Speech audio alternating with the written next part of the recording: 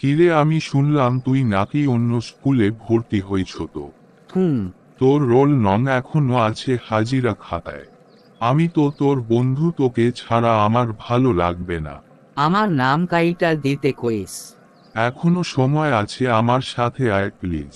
না রে বন্ধু, আমি মিজমিজি পাইনাদি রেকমতো আলি স্কুলে পড়মুনা। ওই স্কুলে একটা স্যার আছে, খালি কয় কোচিং সেন্টার পড়া লাগবো না আমার কাছে পড়।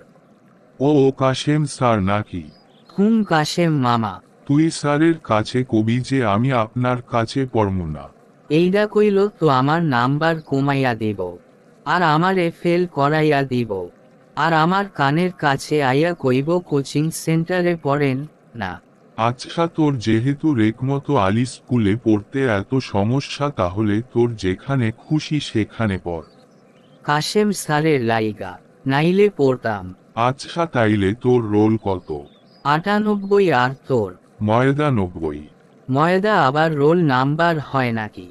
তোরটা আটা হলে আমারটা ময়দা হবে না কেন?